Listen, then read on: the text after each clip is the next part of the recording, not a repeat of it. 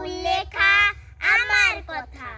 আমায় আপনি চেনেন, আমি অনুজ প্রতিম দাস।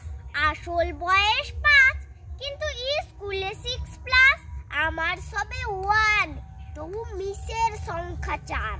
সকাল সন্ধে দুজন, সপ্তাহে 4 বার। পড়তে হয় 5টি বিষয়, 5 ঘন্টারও বেশি। মা বলেছেন সাহেব হতে, বাবার শিক্ষা দেশি।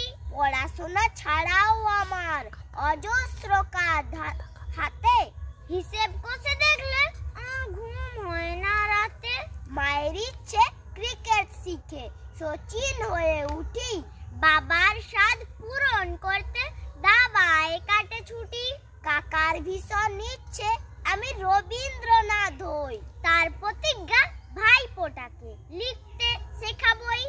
মায়ের সঙ্গে ফ্রি রবিবার ড্রয়িং শিখতে যাই, এসব সাধে বাদ সাধলে বেজায় সাজা পাই। সব কিছুতেই প্রথম হই, সবাই কিন্তু চান শেখার ওজন বেড়ে আমার প্রাণ করে আনচান।